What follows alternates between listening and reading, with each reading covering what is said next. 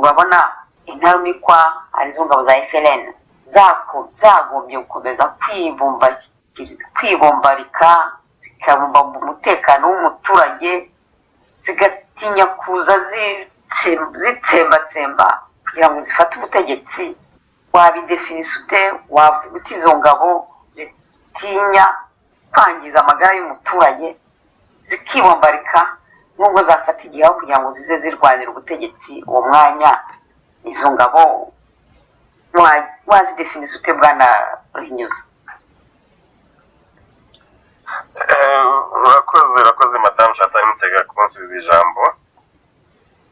Uragira uti abasore n'inkumi bo muri FLN aribo ntarumikwa za FLN wenda ko batihutira gufata ubutegetsi, ese aho byaba ari ukwibombarika wenda mu kwa guhutaza umuturage. Mu by'ukuri ntabwo ndi umuvugizi wa FLN, ariko ndi umwe mu bagize CNRD, kandi CNRD ariyo FLN ishamikiye kuri CNRD. Nkaba numva icyo nagusubiza navuga nti FLN mu by'ukuri FLN nawe ngabo twemo tuvuga b'ingabo za Kagame zitari ingabo z'u Rwanda. FLN harimo itandukaniro rikomeye hagati y'izi ngabo za Kagame na FLN. FLN ni abantu igizwe n'abasore n'inkumi bafite ubuyobozi bwabatoje gukunda igihugu no gukunda bene igihugu. Bakaba bafite urwo rukundo rw'igihugu cyabo cy'u Rwanda n'abanyagihugu b'u Rwanda, kuko ari abavandimwe babo, ari ababyeyi babo. Donc bakumva yuko badashobora kugenda bahungeta umunyarwanda, bangiza umunyarwanda, bamwangiriza ibyiwe, ahubwo muri bwa buhanga n'urukundo n'ubumenyi batojwe n'abayobozi babo bakabikora mu bwenge. Ibyo bakora byose babikora mu bwenge. Noneho twebwe cyangwa se abandi tunyotewe no kugira ngo impinduka igaragare vuba, tukabona ko arimo batinda, ariko mu by'ukuri icyo tuzi cyo ni uko bakurikiza amabwiriza y'ubuyobozi, kandi ubuyobozi bwabahaye amabwiriza donc agamije inyungu z'umuturage w'umunyarwanda n'inyungu z'igihugu cy'u Rwanda. Ntabwo bakora nk'abariya baza abo tuvuze nyine bagatsiko ka Kagame biyita ko ari RPF, kandi mu by'ukuri ntabwo twabita RPF kuko ntabwo ari ingabo z'igihugu, ni ingabo z'umuntu, ni ingabo za Kagame. Bo bariya rero bo ntabwo baravuga ngo donc ntacyo batinya, they don't care, nta kintu na kimwe batinya. Niyo mpamvu tubona usanga bavungeta abaturage, bica abaturage nk'ejo bundi umuturage barasiye Samuel mu Rwanda, aho cyuma arimo aripotinga biriya bintu. Umusirikare ufite inyenyeri agafata umuturage udafite n'icyuma rwose, udafite n'urushinge rwo kuba yakangisha, ukamushorera ukajya kumurasira mu ishyamba mu mutwe. Urukiko rutamucira urubanza rwo gupfa, kandi kuko nta n'urubanza rwo gupfa rukiba mu Rwanda, nta gihano cy'urupfu kikiba mu Rwanda. Ari ugafata umuntu w'umuturage ukagenda ukajya kumwica uri umusirikare. Ibyo ntabwo ari ugukunda igihugu, ntabwo ari ugukunda abanyagihugu. Ni bya bindi tuvuga ati donc ni groupe y'amabandi, nuko Uwiringiyimana Evode yabivuze. Nta gatsiko k'amabandi kitwaje intwaro karimo gahungeta abaturage n'ibyabo. FLN rero iri hariya mu kuza gushyiraho ordre mu gihugu, mu kuza gushyiraho donc kwereka mu by'ukuri abanyarwanda yuko ingabo y'igihugu yagombye kwitwara. Kuko FLN iza kuba ari nk'izindi nyeshyamba zisanzwe, ibyo turatubona ibyo ziba zibukora, twagiye tubona inyeshyamba ibyangira bakoze mu bihugu bigiye bitandukanye. Ntabwo FLN iyo inaniwe kuba yakwigira, ahubwo nuko bafite discipline bagenderaho, batojwe n'abayobozi babo, kandi bikaba ari nayo mahame y'ishyaka CNRD FLN. Nkaba numva yuko nubwo twe tubona ko bitinda, ariko mu by'ukuri burya ngo ikihuse cyabyaye ibihumye kandi burya bukiye buke ngo nibwo rugendo buriya bafite uko babikora nubwo twe tutarabavugizi cyangwa tutazi wenda na plani zabo zo baplaninze ariko icyo tuzi nuko babikora n'ubwitonzi mu nyungu z'umunyarwanda n'igihugu cy'u Rwanda. Wenda dusubiye inyuma gatoya aho turimo tuvuga ku gisirikare cy'u Rwanda cy'uyu munsi cyita kuri igisirikare cy'u Rwanda, ntabwo mu by'ukuri uwo ari we wese ushishoza abanyarwandakazi mushishoza ntabwo kino ari igisirikare kuko ntabwo ari igisirikare cy'igihugu, ahubwo ni igisirikare cy'umuntu. Urebye nk'ibintu biba mu kiriya gisirikare ukabona nk'umuntu w'umukoroneri ugize kugira task yo kurinda ubuzima bw'umukuru w'igihugu, akaba arimo agaraguzwa hagati abesherwa ngo yibye telefone. Imagine igisirikare, umuntu w'umusirikare nka koroneri ushobora kwiba ngo telefone akazunguzwa mu nkiko, ndavuga yatoma iby'abagamba, akazunguzwa mu nkiko up and down bamushinja gukwiba telefone. Ofisiye muzima, koroneri wari ushinzwe ubuzima bw'umukuru w'igihugu, umbwire nk'ibyo kandi n'iyo telefone ntabwo yaza kuba yaranayibye, bikaba ari ako ni ibintu by'ibinyoma. Ukabona umuntu w'umujenerali w'inyenyeri enye ibingira nubwo yari umwicanyi yamaze abantu kibeho, ariko yabishe mu izina rya system akorera. Ukabona iyi system iramuhindutse generali muzima ngo bamufashe ngo yagiye mu bintu bya dote by'ubukwe. Iyo dote sinzi yuko yari irimo abantu barenze 100, niba yaranabaye koko bakayumufatiramo, kuko nyuma yaho nabonye wo bita ngo perezida w'igihugu we yagiye batwereka ko yagiye ngo mu gusoza training y'abasirikare no gutanga amapeti ku basirikare bageze kuri 750 ababaha abasuriye tena. Ukibaza ko uwo muhango uwo wita perezida yagiyemo abo ngabo batwereka batambaye n'ubupfukamunwa, barimo babyina bataratse, noneho ukabikompara ibyo bavuga ngo bafatiyemo ibingo generali bingira ngo mu by'ubukwe ko wararinze ku mabwiriza ya covid wari we hagati ya ibingira nabo ngabo bagiye mu bintu byo kurangiza training za gisirikare no gutanga amapeti. So ugasanga ni ibintu ntabwo ushobora kumva umuntu nubwo bavuga ngo nta muntu hejuru y'amategeko. Umuntu waba arakoze amakosa arenze ayo uyu mugabo uyoboye kiriya gihugu cy'u Rwanda Kagame mu rurira Rwanda, umuntu waba arakoze amakosa akigira nk'aho ari we mategeko, ntugakumva yuko we ari hejuru y'amategeko kurenza Kagame ninde. Ariko ukabona aho twavuze nyine twita nta uzabona ku isi nzima abajenerali b'igisirikare cy'igihugu bagaraguzwa hagati nko mu Rwanda. Cyo cyerekana yuko ntabwo ari igisirikare cy'igihugu, ahubwo uko nabivuze mbere wagira ngo donc sinzi no kubona wagira ngo ni nk'ikampuni ya security ifite boss wayo wayikretinze, noneho akakubwira ati wowe umusekirite kandi ubwo n'abaskuti rwose abaskuti burya bafite ukuntu bafite ubwigenge bwabo, bafite ukuntu bihagararaho kandi bafite donc indangagaciro zabo zibaranga kandi bagenderaho.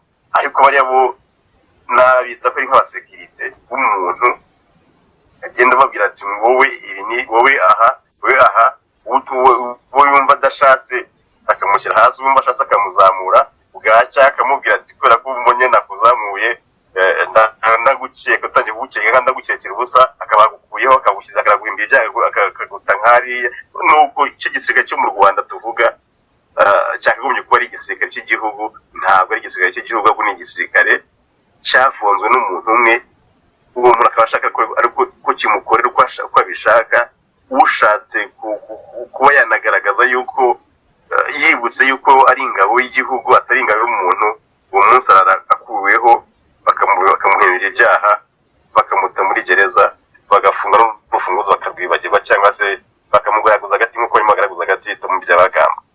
So mu by'ukuri rero ngarutse inyuma, FLN ntabwo ari ibyo ngibyo ahubwo ishaka kwereka abamaze imyaka 27 yose bayoboye n'ako gatsiko k'amabandi bita ngo ni igisirikare cy'igihugu babereke ko igisirikare cy'igihugu cyakagombye kuba kimeze.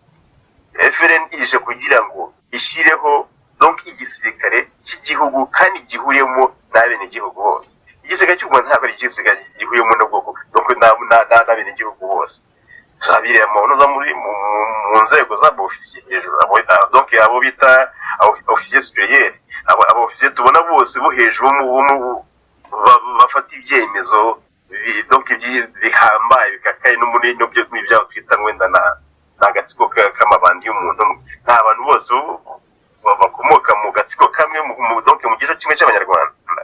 So ntaguciye mu ijambo gute ko bakomoka mu gace kamwe k'abanyarwanda kandi turi abanyarwanda bose twese n'abanyarwanda nta bwoko bubaho donc n'ubu n'abanyarwanda wavuga uti se none ko bava mu gace kamwe. Urakoze kongera kubaza icyo kibazo twakivuze bushize ariko nongeye kukivugaho navuga nti ibyo ni ibintu twagiye tuvuga yuko ari ibintu byo kumanipira abantu, ni ibintu byo kugira ngo bayobye abantu babashyira mu kintu kimwe donc cyitwa umunyarwanda icyo nabo bise ngo ndi umunyarwanda. Njye nakunze kubabwira ati nta muntu bakagombye kwigisha ko ari umunyarwanda kuko twavuze turi abanyarwanda dukura mu mico ya kinyarwanda tuvuga ikinyarwanda, so nta muntu rero wakagombye kwigishwa ko ari umunyarwanda kuko turi abanyarwanda. So kwitwa rero kuvuga ngo ubona ko abanyarwanda bakiri mu gisirikare kuko n'abanyarwanda byo ntabwo abenshi ntabwo tubakara kuko n'abanyarwanda bakirimo, ariko abanyarwanda turimo amoko atatu twebwe uko tubizi dufite amoko atatu, dufite abatwa n'abahutu n'abatutsi.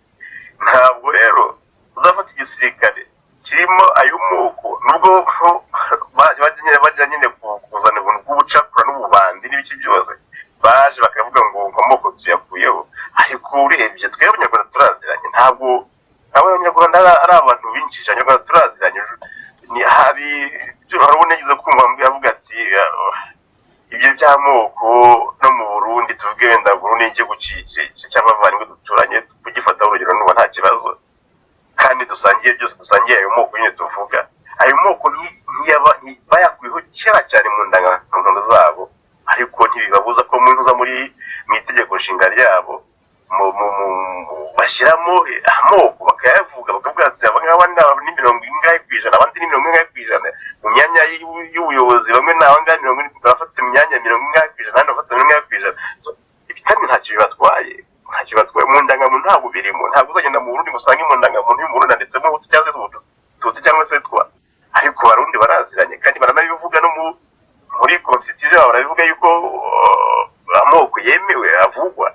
So iwacu rero ibyo bashaka kuzana ibintu bashaka ibyo bazanye n'ubugegera n'ubusambo n'uburiganya bwo kugira ngo bamwe bikubire ibyiza by'igihugu babesha yuko ngo twese turi abanyarwanda nta moko ariho. Ariko abareba turazi n'ibira bikunigera mu mvugo urabareba ugasanga nyine n'ubwoko bumwe, turaziranye ibisekuru byacu, turaziranye imiryango dukomokamo. Ibyo ntabwo ari ibintu Madamu Chantal Mutega umunyarwanda yakagombye kubeshywa ngo turabona ko ari abanyarwanda. Turabizi ko ari abanyarwanda ariko bakomoka mu gihande kimwe. So rero bansubiye inyuma navuga nti FLN irashaka gushyiraho umucyo, gushyira donc igisirikare cy'igihugu, ingabo z'igihugu zihuriyemo n'ubwo bwoko bwose, zihuriyemo n'abanyarwanda bose, abanyarwanda bose bibonamo. Umunyarwanda akiri akavuga ati kuko ndahagarariwe mu gihugu cyanjye, mfite ingabo impagarariye, urabyumva. Dufite igisirikare cyubatse kandi cyubatse ubumwe bw'abanyarwanda ku buryo ibi ngibi turiho tubona abantu birirwa bicwa bazira ubusa, baraswe n'abasirikare bazira ubusa. Ibyo bintu FLN ishaka guca, ahubwo tukaba tuvuga tuti mwebwe muri iki gisirikare cyitwa u Rwanda, mwebwe muri iki gisirikare cya Kagame, mwebwe murimo mubona ko mukora ibintu mutakagombye kuba mukora nk'ingabo y'igihugu, kandi waratojwe kuba ingabo y'igihugu, ariko ukaba urimo gukorera umuntu, ukaba uri ingabo y'umuntu, umuntu akugaragaza agata kugera aho ushaka, birirwa babajyana mu ntambara z'urudaca gutera ibihugu by'ibituranyi. Donc mwebwe mubona ko murambiwe ni mugane FLN, imufungure. Donc FLN yafunguye amarembo, irabahamagara yuko mwagana FLN, nimworohereze FLN, muze mukora igisirikare cy'igihugu.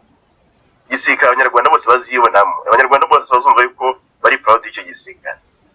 Ndumva mu by'ukuri twatanga ingero nyinshi zerekana ko iki gisirikare bavuga ngo igisirikare cya RPF bagenda banavuga ngo igisirikare mu cy'ikinyamwuga ngo bakavuga ibintu byinshi cyane, ariko byagaragara ni ibintu bigaragara yuko kino gisirikare ntabwo igisirikare ushobora kucyita ikinyamwuga mu buryo bw'uwo muntu nyine ko yashaka gukinwamo ubunyamwuga, kujya kwiba mu bihugu by'abituranye, kujya kwica abantu, cyatojwe kujya kuroga abantu. Donc igisirikare kirimo cyakuri ubuzi kitari kigenewe gukora kandi butigeze bunabaho muri domene z'igisirikare. So ubwo rero nkaba navuga nti mwebwe mwitwa ko muri RDF kandi mu by'ukuri muri mukorera umuntu mutakorera igihugu, ni mugane FLN. Mugane FLN iraho ngaho kandi ije kwerekana yuko donc ije kwerekana ukuntu igisirikare cy'igihugu cyakagombye kuba kimeze, apana icyo ngicyo cy'ubwicanyi, cy'ububandi, cyo kugira n'abaturage, ahubwo mwubaka igisirikare abanyarwanda wese yakubonamo. Nambasubije ijambo Madame Chantal Mutega. Ndagushimiye rwose. Banyarwandakazi, banyarwanda, bana bacu, bene wacu, barumuna bacu, bakuru bacu bari muri RDF, nimugane FLN, muve mu bucakara, mutewo shobuja, kuko murabona ko yamaze kubahagabana ntacyo abakoresheje, akibakoresha abahindura zeru, akabagaraguza agati. Uwari umujenerali akamwita useless, akamuhananura, akamushyira mu bufungiro uko ashatse, bamwe bakicwa, abandi bagahunga, abandi bagateshwa agaciro. Nimuze murebe FLN igisirikare icyo ari cyo, muri FLN igisirikare icyo ari cyo. Umusirikare wa FLN uwo ari we wubaha ubuzima bw'umuturage, wanga guhutaza umuturage, akabumbabumba ubuzima bwe, akanga kwihutira gufata ubutegetsi, kuko we ntabwo azaza ari ingabo y'umutegetsi. N'uyu ni ingabo y'abaturage, ni ingabo y'igihugu. Banyarwandakazi, banyarwanda, nimugane FLN, niwo muti, niho muzabona icyubahiro, niho muzabona urukundo rw'umunyagihugu icyo ari cyo. Felicien, wowe hari icyo wakongeraho kugira ngo dusoze iyo suje, iyo teme, iyo ngingo yo ku musirikare, tukaba twafata indi ngingo? Ndagushimiye Madamu Chantal Mutega, ndashimira mugenzi wanjye ibisobanuro atanze. Nk'uko bivuga, ingabo z'igihugu twifuza ingabo za rubanda, twifuza ingabo z'igihugu zirebera rubanda, ntabwo twifuza ingabo z'iterabwoba. Uko byagendaga kera, mubanze murebe uko bimeze iwacu mu Rwanda, nta butegetsi mubwire mu mateka y'isi ahantu mwigeze mwumva abasirikare b'abofisiye harimo abajenerali barenze 2-3 bahunze igihugu. Reka yenda ne kuvuga abaguverinoma yavuyeho yatsinzwe, reba muri RDF hari abasirikare benshi bashoboye kuva mu gihugu barahunga, b'abofisiye bari hirya no hino. Mu ngabo z'igihugu ntabwo ushobora kumbwira abo basirikare bahungishwa n'iki, byagenze bite kugira ngo ingabo z'igihugu zihunge. Hari n'ibyo nagiye numva kandi hari n'abagiye babivuga barimo n'abofisiye nka General Habyarimana yabaye na Minisitiri w'Ingabo mu Rwanda muri FPR Inkotanyi, avuga ko rwose Perezida Paul Kagame yafataga abasirikare akabakubita, nawe ubwe ari generali ngo hari igihe yigeze kubanga urushyige kumukubita, aramubwira ati nkubita nanjye ndamukubita. Ni ikibazo kitoroshye rero, nkaba navuga nti izi ntabwo zigeze ziba ingabo z'igihugu, ahubwo babaye abacakara b'umuntu yabeshye bababwira ngo baje kubohoza u Rwanda, ahubwo baje kuboha u Rwanda n'abanyarwanda. Akaba ariyo mpamvu ibintu byagombye guhinduka, bigahinduka mu nyungu z'abanyarwanda, bigahinduka mu nyungu z'igihugu, n'aba basirikare baboshye bakabohorwa kuko baraboshye. Imikorere yabo n'ibyo bakora ntabwo navuga ko babikora ku bushake bwabo, ni imbohe z'agatsiko, ni imbohe z'amateka, zizaba n'imbohe z'amateka mu gihe kizaza, abanyarwanda bakazabagaya nk'aho babaye useless nk'uko wari ubivuze. Ubwo rero mu magambo makeya, hari abandi bana b'u Rwanda bavuga bati noneho turashaka kwereka abanyarwanda ko ibintu byose bishoboka, ko abanyarwanda bashobora kugira ejo hazaza heza, abanyarwanda bashobora kuzicara bakaganira, abanyarwanda bashobora gutarama bakavuga icyo bashaka, akaba ari abasirikari ingabo za FLN, akaba ari abana b'u Rwanda bafite uburenganzira bwo gutambamira ikibi icyo ari cyo cyose cyugarije abanyarwanda kugira ngo kiveho, noneho abanyarwanda bongere bagire uburenganzira. Nkaba rero nanjye navuga nti ingabo z'u Rwanda uyu munsi muracyafite chance, mufite amahirwe yo kwegera abandi banyarwanda mukavuga muti tumaze igihe kinini dukora amarorerwa, ariko igihe kirageze ko twunamura icumu tugafatanya n'abanyarwanda mu kubaka igihugu. Mbisubiramo, umusirikare wa RPF iyo wishwe ukarigiswa aba ari igihugu kiba gihombye. Umusirikare wa FLN iyo bagusanze aho bagusanga bakaza kugufumbiza amashyamba nk'uko babivuga, cyangwa n'undi uwo ari we wese, ni igihombo ku munyarwanda. Munyarwanda akaza aho uherereye mu gihugu urimo cyose, iyo bakagusanze ari leta yawe yagombye kukurebera ikajya kugutsindayo, aba ari igihombo ku banyarwanda, aba ari igihombo ku gihugu. Mureke rero banyarwandakazi dufatikanye turebere hamwe mu ishusho nyayo ejo heza hazaza h'umunyarwanda, kuko ibyatambutse byaratambutse, ariko tugomba kureba ejo uko bizaba bimeze, akaba ari nabyo twifuza kuzasigira abana bacu, akaba ari nacyo duharanira kugeza kuri uyu munsi, ndetse duharanira no kugira ngo tubohoze n'uwo mugizi wa nabi nawe ibyo akora, ni ukubera ko aboshye, ni imbohe y'amateka, ni imbohe y'ubugome. Abagomba kubohozwa rero n'abanyarwanda tukamuhumuriza kugira ngo ave ubuzimu ajye ibuntu, noneho twubake ibyiza bizanezereza buri munyarwanda wese, nawe n'ukoreye aya mabi nawe abifitemo inyungu. Akaba aricyo navuga madamu Chantal. ndabashimiye rwose. Natangiye mbabaza nti umusirikare ni iki, ariko nyine twibandaga ku musirikare w'u Rwanda w'umunyarwanda, agaciro ke ni akahe ni mu Rwanda. None ingingo ya kabiri nagira ngo mbabaze, impunzi ni iki, agaciro k'impunzi ni iki,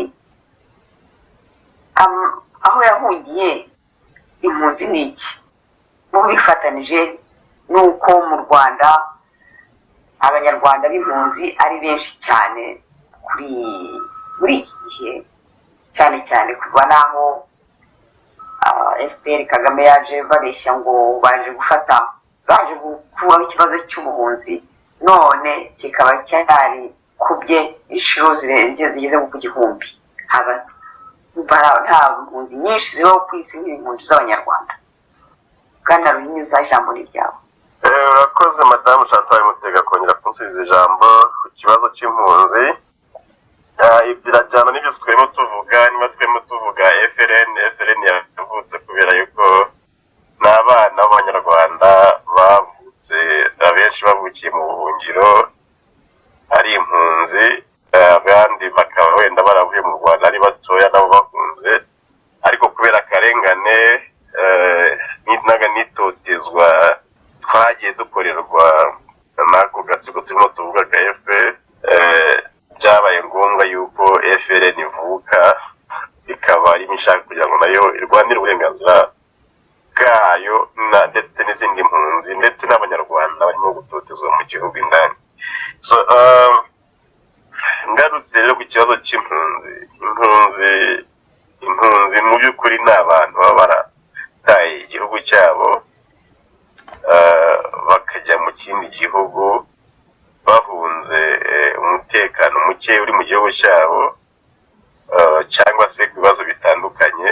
Ushobora kwitwa impunzi bijyanye n'ibibazo bitandukanye, hari abahunga itotezwa wenda babuzwa uburenganzira bwabo mu gihugu, cyangwa se bashaka no kuvutswa uburenganzira bwabo mu gihugu, bashatse cyangwa se bagahunga kubera ko badashaka kuvutswa ubuzima bwabo mu gihugu cyabo. Hari n'abahunga wenda bafite ku giti cyabo, bafite icyo bahunze ku giti cyabo, nk'umuntu uhunze wenda ubutabera, uhunze ibyaha yakoze. So ariko rero giye muri rusange icyo nibandaho ni impunzi zihunga, kandi arizo nyinshi dufite hanze nk'abanyarwanda, benshi bari hanze nk'abanyarwanda baba barahunze kugirirwa nabi n'ubuyobozi buyoboye igihugu, kugirirwa nabi na sisiteme ibiyoboye igihugu. Abo nibo mpunzi nyinshi z'abanyarwanda bari hanze. Abo rero benshi ikibazo bafite cyane cyane ngo ndibanda ku banyarwanda, kuko nibo turibo kandi nibo nayo mpamvu turaye wenda cyangwa twiriwa tuvuga dukora ibiganiro dukangurira abantu kuba bakwijukira bwana CNRD FLN no kugira ngo ubwo buhunzi bushire, kugira ngo ubwo buhunzi buveho. So ikibazo rero cy'impunzi, impunzi igeze hanze ikakirwa mu bihugu, ikagira amahirwe ikakirwa mu bihugu mu gihugu iba yahungiyemo, iyo mpunzi ibigomba nyine kubaho nk'umunyamahanga mu gihugu cy'amahanga cyayakiriye. Tumaze imyaka igera kuri 20 n'ingahe, ngo ndavuga impunzi zahunze 1994, hakaba ari ni wenda nizahunze mbere zindi n'imyaka 30 n'indi. So izo mpunzi zose z'abanyarwanda zaragiye zirakirwa mu bihugu by'amahanga, haba ari muri Afurika, haba ari mu Burayi cyangwa se muri Amerika n'ahandi. Abenshi bageze hanze nk'abandi ngo ngushize impumu yibagirwa icyamwirukansaga, ariko kandi nanone burya baravuga ngo mu Kinyarwanda ngo amazi arashyuha ariko ntibagirwa bambeho. Uwo mugani rero abanyarwanda benshi bahunze impunzi barawibagiwe, bibagirwa yuko bafite igihugu cyabo gakondo, igihugu Imana yabahaye aricyo Rwanda, akaba ari n'impamvu bitwa abanyarwanda. Kuba witwa umunyarwanda ni izina ritwomoka ku Rwanda, kandi ni izina udashobora kwikuraho cyangwa ngo urikureho abana bawe mu bikunde, kuko wagerageza kose. Kuko nagiye numva ko hari abantu ngo bagerageza ngo kwihindura abandi bantu bakanga kwitwa abanyarwanda, ariko uko byaba biri kose izina ry'umunyarwanda uko wabigenza kose ntabwo byakuvaho. So twagiye tubona ingero nyinshi rero ku bantu bagiye baba nk'ayo mazi twaba tuvuga ngo amazi arashyuha ntibagirwa bambeho, bakibagirwa uwo mugani. Barakaza bakatura mu bihugu bakagura amazu, donc baragerageza gukora, Imana ikabafasha ikabaha uburyo nk'impunzi, Imana ikabaha imigisha, ibyo bakoze bigatera imbere, bakagira amahirwe bagatunganirwa mu bihugu barimo, noneho bagashaka kwigira nk'abanyagihugu b'ibyo bihugu, bakibagiza yuko bafite igihugu bakomokamo. Ariko burya Imana ntabwo, n'utemera Imana wenda hari ibyo abona akavuga ati hari ikibikora. Imana ntabwo ikora ibintu mu buswa, ikora ibintu mu bwenge kandi yatekereje. Imana nk'umuntu w'impunzi, Imana imuhaye ubushobozi aho ari, cyane cyane mu Banyarwanda, ikaguha ubushobozi, hari responsibility Imana ibiguhaye. Donc hari ikintu Imana ibiguhaye igishyize mu maboko yawe, wowe rero wabona uratunze uratunganiye, ukagira ngo ni bwa bwenge, ni bwa bushobozi bwawe, ni bwa gukora cyane kwawe gutuma burya responsibility Imana ibiguhaye igishyize mu maboko gukoresha ibyo ngibyo Imana yaguhaye mu gihugu cy'amahanga, kugira ngo ushobore kuba wasubira mu gihugu cyawe, cyangwa se kuba wanasubiza n'abandi bagenzi bawe mu gihugu cyabo. Kuko byanga bikunda donc aho bakwakiriye bakaguha indaro nk'uko abarundi babivuga, bakaguha icumbi uraramo imyaka 5, imyaka 10, ukadamarara, ukagira ngo wageze iwawe. Ingero nyinshi turazifite. Iyo bigenze gutyo ukadamarara, ukagura amazu, ukagura amamodoka, ni byiza kubitunga, ariko akarusho donc bikaba byiza kubitungira mu gihugu cyawe cy'amavuko. Kuko baravuga ngo umunyamahanga mu gihugu kitari icye abarutwa donc ni nk'uko yo muri icyo gihugu. Ni ukuvuga ngo ingero twatanga ni nyinshi. Urugero rwa vuba cyane, urugero rwo muri Malawi, abantu twese tuzi, kandi twagerageje dutakambira bene wacu ari muri Malawi, ibyo ari babayeho, baragiye barakora, bakoresha amaboko yabo, hamwe n'ayo mahirwe rero muvuga Imana yabahaye, izo responsibility Imana yabahaye, bo ntibamenye ko ari responsibility Imana yabahaye, bashyize mu maboko yabo kugira ngo bagire ibyo bakora. noneho babifata nk'ari ibintu byabo, babifata nk'ari ibintu bikoreye, kandi kuko bakoresha amaboko yabo Imana yabashyirimo imigisha, bakoresha amaboko yabo baratunga bagura amazu, bagura mu modoka, amamagazi sinakubwira, noneho bibagirwa yuko batari muri gakondo yabo, bibagirwa yuko batari mu gihugu cyabo. Akantu gato so kubavugiraho, ariko no kubatangisha urugero. Karaba mu minsi yashize rwose igihugu yavuga ati mw'abanyarwanda mwe hamwe n'abandi mugomba kujyaho mwagombye kuba muri naho nta handi icumbi twabahaye muri buriya buzu bw'ubushitingi hariya muri nkambi, mugende mujye kuba muri hariya mugundaguranire hariya, niho mwagombye kuba muri kukwanga, ntabwo ari iwanyu. Ntaje kwisanzura, murimo mwisanzura mu gihugu cyacu, muratekereza abanyagihugu b'igihugu cyacu, nimugende mujye kuba mwagombye kuba, kuko ntabwo ari iwanyu, ku buryo mwakirwenye ku gihe mukazajya iwabo. Ariko kubera impuhwe twagiriye bagenzi bacu, kandi twatakambiye Imana, turasata Imana ibuka bari abantu barakoze, bafite ibintu byabo bakoreye, nta mpamvu yo kubitanga bagende bajye kujya mu makambi. Nubwo wenda ibyo bamwe batangiye no kujyayo, n'abandi batangiye no kuva muri Mara bajya mu bindi bihugu, ariko Imana yabaye nkaho ari ikintu, donc ari wake up call yari bahaye, kugira ngo bibuke yuko batari mu gihugu cyabo, ahubwo ibyo bafite, bwo butunzi bafite babukoreshe kugira ngo bashobore gusubira mu gihugu cyabo. So ntabwo ibyo migambi y'ababisha yagezweho, cyangwa se imigambi y'abashaka kugira ngo basubize babajyane mu buzima bubi, cyangwa se bamwe bihebe babe banakuyahura muri kiriya gihugu, wenda bajya kugirirwa nabi. Uwo mugambi Imana yawukuyeho, barongera baha ikindi ariko batazi nabyo, donc kidafite garanti. Ibyo nabyo harimo inyigisho, harimo ikintu cyo kugira ngo babyutse na wundi arukangutse, wundi wari wagize ibindeba, amenye yuko afite responsabilité mu maboko yiwe yo kugira ngo agire icyo akoze, agira donc akiri itafari ryo kunuza ku muganda wo kugira ngo abantu bashobore gusubira mu gihugu cyabo, bave mu buhungiro basubire mu gihugu cyabo. Ubundi rero Madame Chantal Mutega, impunzi ni izina ribi cyane, ni izina ribi cyane, tutakwifuriza n'abandi bantu. Kwitwa impunzi ni ibintu bibi cyane. Umuntu wese yakagombye kuba mu gihugu kibatuje, atekanye.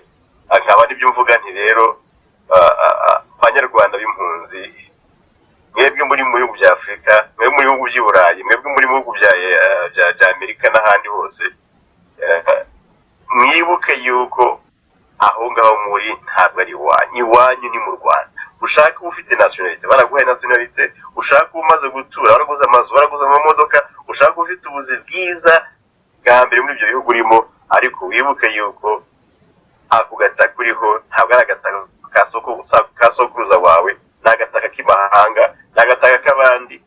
Ihera n'iherezo byanga bikunda uzasubiraho Imana yakuremeye, aho umuzi wawe uri, aho nta handi ni mu Rwanda. Rero wagira icyo ukora umunsi utagira icyo ukora, ariko ejo n'ejo bundi uzabyibuka. Nutabyibuka uzabyibutswa n'aho ngaho uri, ko aho uri atari iwanyu. Kandi nasaba kugira ngo niba kuko wifuza neza umwana wawe uzabyara, n'uwo wabyaye cyangwa se n'uwe n'umwuzukuru wawe, byaba byiza utangiye guhaguruka ugashyira umuganda mu kubaka igihugu cyawe, ariko ushaka kugira ngo kibohoke, noneho abanyarwanda bose bakibanemo amahoro. Mutere ikirenge mu cya FLN, mufashe FLN kugira ngo u Rwanda rwongere rugire umutekano, rwongere rugire ituze, abanyarwanda twese twibonamo. Numva Madame Chantal Mutega navuze nti impunzi nk'uko wari ubimbajije, ntabwo ari izina ryiza. Impunzi ni izina ribi. Twakagombye twese abanyarwanda b'impunzi kubyikuraho, dukore ko dushoboye kugira ngo dusubire mu gihugu cyacu. Amarasubije ijambo kandi murakoze Madame Chantal Mutega. Ndagushimiye rwose Bwana Augustin Ruhinyuza. Felicien dusoza, wenda wigeze kuba impunzi, ariko ubu ntukiriyo kuko wagiye mu gihugu kigenga, igihugu cyiza gikomeye rwose ku isi, barakwemera bakugira umunyagihugu wabo, ubwo se wowe iby'impunzi biracyakureba, uwo hari icyo umva hari icyo bigutwaye, cyangwa wumva nawe wagumya kurwana ugashyigikira abashaka gusubira muri gakondo yabo? Felicien. Ndagushimiye madamu Chantal Mutega, ndashimira Ruhinyuza, ndabivuga mu magambo make dusoza ikiganiro. Uti kuba impunzi ntacyo bigutwaye, birakintwaye. Mfite ubwenegihugu ariko ntabwo ndi kavukire. Njya mbona benshi iyo ugize ikibazo ushobora no gutwara imodoka ikayirima, wagira nk'akabazo kajya nko mu bintu by'imanza, bakaza ubwo bwenegihugu bakabugukuraho. Kandi nanakubwira ko abenshi abanyarwanda turi abakozi, tugera imahanga tugakora tugashishikara dushaka ubutunzi. Nibutsa ko iyo utunze utungiye iw'abandi, ibyo utunze biba ari iby'abandi. Iyo bigeze igihe bakubwira ko ugomba gusubira iwanyu, bya bindi utunze byose nta na kimwe ujyana, ugendera aho ngaho. Aba rero navuga ati umwanzi arakaba impunzi, umwanzi arakabutswa uburenganzira ku gihugu cye.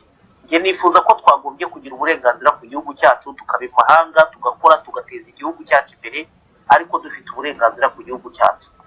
Hari ushobora kubyumva akavuga tuwabujije ninde? Watubujije ni FPR Inkotanyi kubera iterabwoba ishyira ku banyarwanda. Mujye mubanza mwitegereze, murebe bamwe bashimutwa mu bihugu duturanye, atari ukuvuga ngo hari ikindi kintu bakoze ari iterabwoba ngo kugira ngo batere n'abandi ubwoba, kuko ntuzayigeze kubyivugira uriya mugabo avuga ati tugomba guhiga tukajagajaga tukabahungeta tukagira dute. Ibyo bintu ariko ni ikintu kibi, nabo babikoresha ni ukubera ubwoba baba bafite bw'ibyo bakoze, batinya ko bazabibazwa. Ariko njye burya nkemera ko kubazwa ikintu aricyo cyiza kurusha gukomeza gukoresha iterabwoba.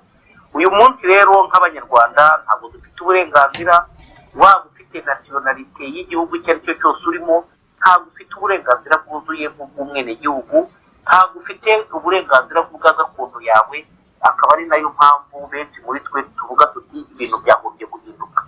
Ikintu kibabaje ndangiza madamu Chantal Mutega kuko abafite ubutegetsi muri iki gihe nabo babaye impunzi, uretse ko yenda bo batigeze bahura n'akaga nk'ako impunzi ziriho ko uyu munsi zahuye nako. Impamvu uvuga akaga ni uko impunzi aho zibereye n'ibibazo bizihangayikishije, hiyongeraho no kuzisangayo bakajya kuzicira aho zahuye, hakiyongeraho kuzikurikirana bakajya kuzigambanira kugira ngo baziteshe agaciro, bazakure n'ibyaha. Icyo kintu rero ni ikintu kibi. Ndarangiza nongera kwibutsa munyarwanda aho wicaye ngo ufite ibintu, ibyo bintu ufite ntabwo ari ibyawe.